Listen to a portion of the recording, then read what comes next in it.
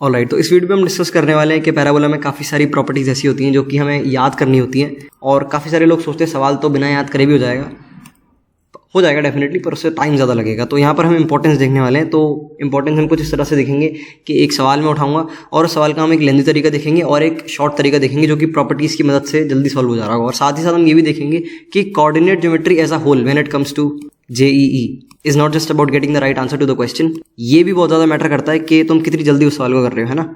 तो सिंपली ऐसा होना है कि एक सवाल उठाऊंगा मैं, उसकी मैं एक शॉर्ट अप्रोच बताऊंगा करके सॉल्व करके, और लॉन्ग अप्रोच में से वर्बली डिस्कस करूंगा जिससे तुम रियलाइज़ कर पाओ जिससे कि कितना टाइम डिफरेंस है ना, या लेंथ डिफरेंस है, जो भी है ना।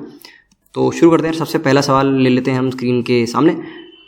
If normal to the parabola y square equals to 4x at the end of lattice rectum meet the parabola at q and q dash, find q q dash। तो ध्यान रखना ये q डैश जो है ये मल्टीप्लाई नहीं कर रहा है, 2 पॉइंट से कैसे मल्टीप्लाई कर सकते हो यार। यहाँ पर हम इन दोनों के बीच का डिस्टेंस निकाल रहे हैं। q and q dash are 2 different points. तो सबसे इंपॉर्टेंट चीज़ है कोऑर्डिनेट ज्योमेट्री में कि ग्राफ दिमाग में आ जाना चाहिए, है ना। इतना आसान सवाल है, ग्राफ तो बिल्कुल 3-4 सेकंड में आ जाना चाहिए दिमाग में। कुछ का होता है यहाँ थोड़ा बहुत प्लॉट करना होता है, अप्रॉक्सीमेशन देखने पड़ते हैं, इधर उधर करना पड़ता है, बट ये बहुत ज़्यादा ऑब्वियस है। तो इसका ग्राफ कुछ ऐसा होगा। तो सबसे पहली चीज़ तो लेटेस्ट रेक्टम के जो हमारे एंड पॉइंट्स रहेंगे उनके कोऑर्डिनेट्स हमारे इस तरह से हो जाएंगे कुछ। अब मैं कुछ सटल चीज़ें बताऊंगा जो कि तुम्हें नोटिस करनी है। देखो ये जो a,2a लिखा मैंने और a,-2a लिखा, ये ना फट से लिख देना चाहिए बिना किसी कैलकुलेशन के करे, क्योंकि तुम्हें पता है लेटेस्ट रेक्टम एक ऐसी कॉर्ड होती है जो कि फोकस से पास कर रही होती है और पैराबोला की एक्सिस से जो है परपेंडिकुलर होती है। तो ये सिंपली यहाँ पर हमारी लाइन हो जाएगी x बराबर a, और जब ये पैराबोला से टकराएगी तो यहाँ पर तुम्हें फट से रख देना है x की वैल्यू a, तो y के 2 कोऑर्डिनेट आ जाएंगे 2a और -2a। ये चीज़ ना बहुत जल्दी होनी चाहिए, बिल्कुल डायग्राम बनाते बनाते हाथों में हो जानी चाहिए। और काफ़ी लोग देख पा रहे हैं कि यार हो जाएगी ये, जिन लोगों की कैलकुलेशन वीक है उनको थोड़ी हो सकता है दिक्कत आए, तो जिनको दिक्कत आ रही है ये बात उनके लिए थी, है ना। बाकी आगे बढ़ते हैं। तो ये जो हमारे लेटेस्ट रेक्टम के एंड पॉइंट्स हैं इनके पैरामीटर्स को हम T1 और T2 मान लेते हैं कुछ इस तरह से। जिन लोगों को पैरामीटर्स का मतलब नहीं पता सुन लो। पैरामीटर्स मतलब जो हम पॉइंट को इस फॉर्म में लिखते हैं ना, a² 2at, तो ये उस वाले t की बात कर रहा हूँ, है ना। तो जो ये a,2 है इसको हम ऐसे लिख सकते हैं at1² 2at1। Same goes with the point with parameters T2। उसके करस्पॉन्डिंग हाँ डेफिनेटली t की कुछ वैल्यू होती है, बट t अभी हमारा पैरामीटर है। तो ये जो हमारी नॉर्मल है जो मैंने अभी मार्क करी है, इसके एंड पॉइंट्स किस तरह से होंगे, मतलब कहने का मतलब ये है कि जब ये दूसरी बार पैराबोला पर टकराएगी इस वाले पॉइंट पे, ये मैंने यहाँ पे मार्क किया, तो मान लेते हैं इसका पैरामीटर होगा T1 डैश, है ना। तो एक रिलेशन होता है हमारे पास, है ना, जो कि याद करना होता है, प्रूफ भी कर सकते हैं बट याद करना होता है। That is T1 dash is equals to -T1 -2/T1। Similarly दूसरे वाले नॉर्मल के साथ हो जाएगा। इस वाले पॉइंट का पैरामीटर मान लेंगे हम T2 डैश, तो रिलेशन इसी तरह से आ जाएगा जो ऊपर लिखा है। समझ रहे हो ना, सारा खेल इस रिलेशन का ही है। और तुम जब जो हमारा इनिशियल पॉइंट है जिसका पैरामीटर हमने T1 माना है, उसमें T1 की वैल्यू निकालोगे तो 1 के बराबर आ रही है और T2 की वैल्यू -1 के बराबर आ रही है। समझ रहे हो ना कैसे किया मैंने। मैं बिल्कुल बेसिक चीज़ें बता रहा हूँ, ध्यान रखना। इतना सब बताना मतलब सोचना नहीं होता जब सॉल्व कर रहे होते हैं। मैं ऐसी चीज़ें बता रहा हूँ जिससे कोई बिल्कुल नूब भी है वो कुछ सीख ले सवाल में से, है ना। तो जैसे कि हमने लिखा at1² is equals to a, है ना। ये x कोऑर्डिनेट है और ये पैरामीटर से x कोऑर्डिनेट आता है जो हम फॉर्मूला याद करते हैं उससे। तो यहाँ पर T1 की वैल्यू जो है हमारी 1 आ रही है, क्योंकि दूसरा पॉइंट क्या होता है हमारा 2at1 और वो a के बराबर है, सॉरी 2a के बराबर है। तो यहाँ पे T1 की वैल्यू 1 आ गई और सिमिलरली T2 को कंपेयर करोगे तो -1 आ जाएगी। ये लिखने की चीज़ भी नहीं है ना, ध्यान रखना। तो यहाँ से तुम्हारा T1 डैश निकल के आ जाएगा जो कि क्या होगा -3 के बराबर, और T2 डैश निकल के आ जाएगा तुम्हारा कितना 3 के बराबर। सिमेट्री है वैसे भी तो सीधे 3 लिख दो। अब ध्यान रखना ये एक सटल चीज़ थी, सिमेट्री है इसीलिए 3 लिख दो। मुझे दिख रहा है कि T2 की वैल्यू मेरी -1 आ गई है, मैं वैसे भी लिख सकता हूँ, पर ये करने में कि सिमेट्री है तो ये भी 3 ही होगा, ये लिख देने में, और ऐसे करने में कि अच्छा T2 जो है हमारा -1 तो 1 इधर आएगा, -2 इधर आएगा और ये नीचे -1 आएगा, तो ये 3 के बराबर हो जाएगा। ये करने में लगभग 1-2 सेकंड का फ़र्क है। 1-2 सेकंड का फ़र्क नहीं होगा तो आधे सेकंड का तो फ़र्क होगा ही। और तुमने तो सुना ही होगा स्मॉल मिला के लार्ज बढ़ता है। तो ये कुछ सटल चीज़ें हैं तो तुम्हें नोटिस करनी है। इनफैक्ट ये पूरा कैलकुलेट ही नहीं करो, है ना, सिर्फ इतनी सी इक्वेशन लिखो, ज़्यादा बसड़ भी नहीं बचानी हमें लिखते वक्त। सीधे ये -3 है तो ये 3 होगा, क्योंकि चीज़ें यहाँ पर सारी की सारी सिमेट्रिक हैं। समझ पा रहे हो मेरी बात को?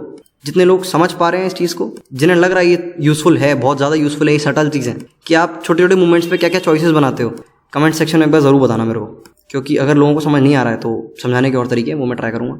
एनीवे तो आगे बढ़ते हैं।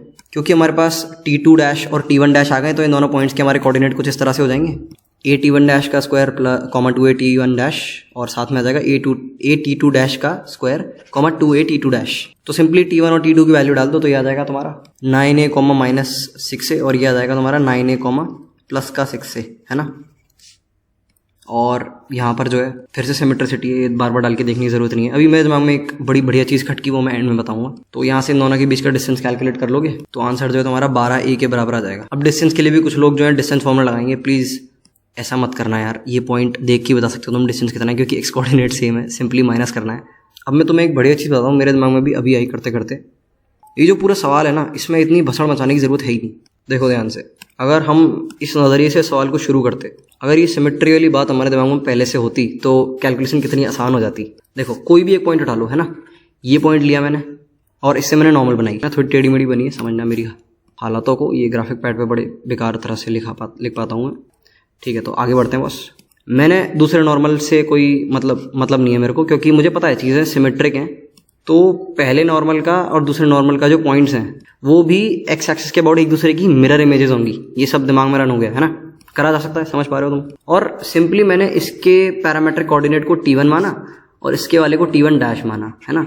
और T1 और T1 डैश में मेरा रिलेशन है ही, मुझे पता है कि T1 डैश भाई जो होता है वो T1 माइनस का माइनस T1/2 होता है। तो सिंपली मैंने ये वाला कोऑर्डिनेट जो है कैलकुलेट किया, जिस प्रोसेस से मैंने पहले किया था। सिंपली मैंने एक कोऑर्डिनेट कैलकुलेट करा जो कि मेरा आया 9a, -6a, है ना। और इस पॉइंट की मैंने एक्स एक्सिस से दूरी निकाल दी जो कि 6 से है। सेम दूरी होगी ऊपर वाले पॉइंट की एक्स एक्सिस से, है ना। ये भी 6 से होगी और ये भी 6 से होगी, 6 से और 6 से 12a। तो इतना सा करने पे आंसर आ जाएगा। ये सब भसड़ नहीं मचानी, T1 T2 ABCD XYZ, समझ रहे हो। अब तो ये सवाल ऐसा हो गया कि ये उंगलियों पे हो सकता है।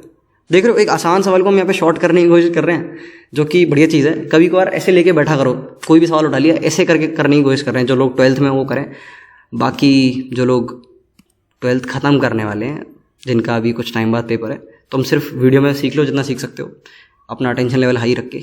मैं नहीं बोलूँगा कि तुम सवालों पे 10 मिनट लगाओ, 5 मिनट लगाओ, इस तरह से करने में अलग से। तो समझ रहे हो चीज़ों को कितना शॉर्ट बना दिया गया। मैं अब इसका सॉल्यूशन लिख के नहीं बता रहा कि सिमेट्रिकली करेंगे, सिमेट्रिसिटी वाला फैक्ट यूज़ करके अगर हम करते हैं तो कितनी कैलकुलेशन बचेगी, तुम समझ पा रहे हो क्योंकि। ऑलराइट, तो ये था सवाल, बढ़िया मज़ा आ गया। हमने बनाया यहाँ पे आसान सवाल को और आसान। अब बढ़ते हैं अगले सवाल की तरफ। ऑलराइट, तो लास्ट सवाल से रिलेटेड एक चीज़ और मैं बता दूं, क्योंकि मैंने बोला था कि उस सवाल का एक लॉन्ग तरीका में डिस्कस करूँगा। देखो कुछ लोगों के दिमाग में क्या होता है कि प्रॉपर्टी हमेशा नहीं खटकेगी, क्योंकि उन्होंने याद ही नहीं करी है, पर उन्हें पता है नॉर्मल की इक्वेशन कैसे लिखते हैं। तो वो क्या करेंगे, पैराबोला बनाएंगे और dy/dx निकालेंगे इस पर्टिकुलर पॉइंट पे, और नॉर्मल की स्ट्रेट लाइन की इक्वेशन बना देंगे y = mx + c, और वो पैराबोला की इक्वेशन सेटिस्फाई करके 2 पॉइंट निकाल देंगे, ये कर देंगे, ये निकाल देंगे और इन दोनों के बीच का डिस्टेंस निकाल देंगे। इससे वाहियात तरीका कोई नहीं हो सकता इस सॉल्व करने का, क्योंकि ये तो सबको पता है यार, ऐसे तो कोई भी कर लेगा। और अगर तुम इस तरीके से कर रहे हो तो तुम ट्रैप में फंस चुके हो। ये तरीका ले लेगा 3-4 मिनट, 5 मिनट, जो भी है, और उसके कंपैरिजन में तो ये बहुत ही ज़्यादा लेंदी है जो मैंने बताया, और जो मैंने सिमेट्री वाला बताया उसके कंपैरिजन में तो और भी ज़्यादा लेंदी है। तो अगर तुम ऐसी अप्रोचेस यूज़ करते हो, बेसिक तुम्हें आती हैं, ठीक है, अच्छी बात है कि तुम्हारा फाउंडेशन स्ट्रॉन्ग है, तुम हर चीज़ को बेसिक से करना पसंद करते हो, बट ये फॉर्मूले फालतू में नहीं बनाए और इनका एडवांटेज उठाओ। याद करने की चीज़ है, कितना आसान काम होता है, एडवांटेज उठाओ उसका, है ना। तो काफ़ी टाइम लग गया एक सवाल में समझाने में, तो आगे बढ़ते हैं हम। The radius of the circle touching the parabola y² = x at 1,1 bracket लगाते हैं पॉइंट के आगे, and having the directrix of y² = x as its normal, है ना। दोनों जगह भाई लोगों ने सेम पैराबोला है। फिर से मैं बोलूँगा, डायग्राम फट से दिमाग में आ जाए, मेरे दिमाग में आ गया। तो y² = 4x की ब्रीड का पैराबोला है, तो वैसा ही फिगर होगा इसका भी, मेरा मतलब ऐसा। और जो सर्कल भाई साहब हैं वो पैराबोला को टच कर रहे हैं 1,1 पे। देखो एक सर्कल अंदर से भी टच कर सकता है, बाहर से भी टच कर सकता है, पर क्योंकि इस पैराबोला की डायरेक्ट्रिक्स हमारे इस सर्कल की नॉर्मल है तो बाहर वाला होगा, तो ये हो गई हमारी, मान लेते हैं डायरेक्ट्रिक्स, तो सर्कल कुछ ऐसा हो जाएगा। तो इस तरह का कुछ फिगर जो है हमारा बन के आएगा, ये फट से बन जाना चाहिए। तो अब एक बार तुम खुद सोच के देखो, तुम इस सवाल को किस अप्रोच से करोगे। सबसे पहली चीज़ तुम्हारे दिमाग में क्या आती है, तुम क्या चीज़ निकालोगे, क्या सॉल्व करोगे, जो भी आ रहा है दिमाग में, मुझे एक बार कमेंट सेक्शन में बता दो प्लीज़। उसके बाद आगे सॉल्यूशन देख लेना, है ना। बढ़िया है अगर तुम्हारे दिमाग में सही चीज़ क्लिक कर जाए पहले, तो इससे बढ़िया बात क्या हो सकती है। ऑलराइट, तो मैं सॉल्यूशन के साथ करता हूँ इसके शुरू। देखो सबसे पहली और ऑब्वियस चीज़ मेरे हिसाब से ज़्यादातर लोगों के दिमाग में ये आई होगी कि भाई ये जो अपनी डायरेक्ट्रिक्स होती है ना, ये तो हम फट से निकाल सकते हैं। ये लाइन होगी हमारी x = -1/4, क्योंकि मैं पता है y² = 4x की डायरेक्ट्रिक्स क्या होती है, x = -a। ये याद होना चाहिए, इसको याद नहीं है तुम कुएं में गड्ढा खोद के बैठे हुए हो, ज़्यादा नीचे मत जाओ, लावा आ जाएगा, जल जाओगे। Bad joke. आगे बढ़ते हैं। तो इस सर्कल का जो सेंटर का कोऑर्डिनेट हो जाएगा वो हमारा क्या हो जाएगा, कुछ भी हो जाएगा हमारा y कोऑर्डिनेट, और x कोऑर्डिनेट तो हमें पता है ये हमारा -1/4 के बराबर होगा। तो इसको मैं थोड़ी देर के लिए k मान लेता हूँ, और ये मेरा पैराबोला है और ये दोनों एक दूसरे को टच कर रहे हैं एट पॉइंट 1,1। अब देखो किसी के दिमाग में क्या क्या एल्गोरिदम्स आ सकती हैं इसे करने की। देखो सर्कल की इक्वेशन लिख के देख लेता हूँ एक बार। x + 1/4 का whole square plus y - k का whole square equals to r square. अरे r की वैल्यू तो मुझे पता है, r की वैल्यू तो ये है, इन दोनों के बीच का डिस्टेंस। तो मेरे पास r भी k के टर्म्स में आ गया, तो मतलब मेरी इक्वेशन ऐसी बन जाएगी। तो ये मेरी सर्कल की इक्वेशन आ गई और पैराबोला की इक्वेशन तो मुझे दे ही रखी है। अब मैं ना एक काम करूँगा, 1,1 पे ना एक टेंजेंट खींचूंगा, ये टेंजेंट, और इस टेंजेंट की मैं निकालूंगा इक्वेशन, और सर्कल के सेंटर से मैं इस टेंजेंट पे डालूंगा परपेंडिकुलर भाई, और उस परपेंडिकुलर की लेंथ रेडियस के बराबर होगी। जो परपेंडिकुलर की लेंथ होगी वो रेडियस के बराबर होगी ना, क्लियर है। उससे हो सकता है कि कोई रिलेशन आ ही जाएगा, पर ये तरीका बहुत बकवास है। ऐसा कोई भी तरीका अगर लंबा आला दिमाग में तो नहीं, तुम फंसने वाले हो। अब देखो आसान तरीका, पैराबोला की इक्वेशन हमको पता है, y square equal to x है, तो 2y divide dx equal to 1 हो जाएगा, और टेंजेंट की स्लोप हो गई 1/2y, नॉर्मल की हो जाएगी -2y, y की वैल्यू 1 है तो -2 जो है वो हमारी नॉर्मल की स्लोप हो जाएगी। नॉर्मल की स्लोप हमें पता चल गई है, और ये पॉइंट 1,1 हमें पता ही है, तो हम लाइन की इक्वेशन लिख सकते हैं, हो जाएगी हमारी y - 1 equals to -2 multiplied by x - 1, जो कि हम अरेंज कर लेते हैं। ध्यान रखना ये चीज़ें मैं लिख के नहीं बता रहा हूँ क्योंकि लिखने वाली नहीं है, ये मैं रिप्रेजेंट करना चाह रहा हूँ, इसलिए मैं यहाँ पे कुछ लिख नहीं रहा इस समय, है ना। अब इक्वेशन आ गई तो तुम लिख सकते हो, तो ऐसी कुछ इक्वेशन है कि अरेंज कर लेते हैं। तो आ गया y + 2x इक्वल टू 3।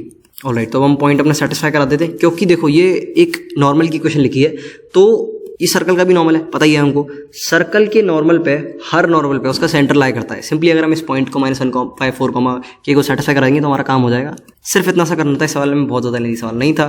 तो इस तरह का हमारा एक्सप्रेशन आ जाएगा, k की वैल्यू हमारी आ जाएगी 3 + 1/2 दैट इज इक्वल्स टू 7/2। तो ये हमारा सर्कल का सेंटर निकल के आ गया। सेंटर क्या निकल के आ गया, -1/4 7/2, और तुम्हें क्या निकालना है इसका रेडियस। रेडियस क्या होगा 1,1 और सेंटर के बीच की डिस्टेंस, तो इन दोनों के बीच की डिस्टेंस कैलकुलेट कर लो, ये आंसर हो गया। ठीक है, क्लियर है। तो इतना आसान सवाल था, है ना। पर अगर तुम लेंदी अप्रोच से जाते तो तुम फंस जाते। मैं एक बार और रिपीट करता हूँ मैंने किया क्या। मैंने पहले सर्कल के सेंटर का x कोऑर्डिनेट निकाला डायरेक्ट्रिक्स की मदद से, उसके बाद मैंने नॉर्मल की इक्वेशन निकाली और उसमें सेंटर सेटिस्फाई करा दिया। बस बोलने में भी इतना छोटा सा पड़ रहा है, और वो कितना बड़ा था।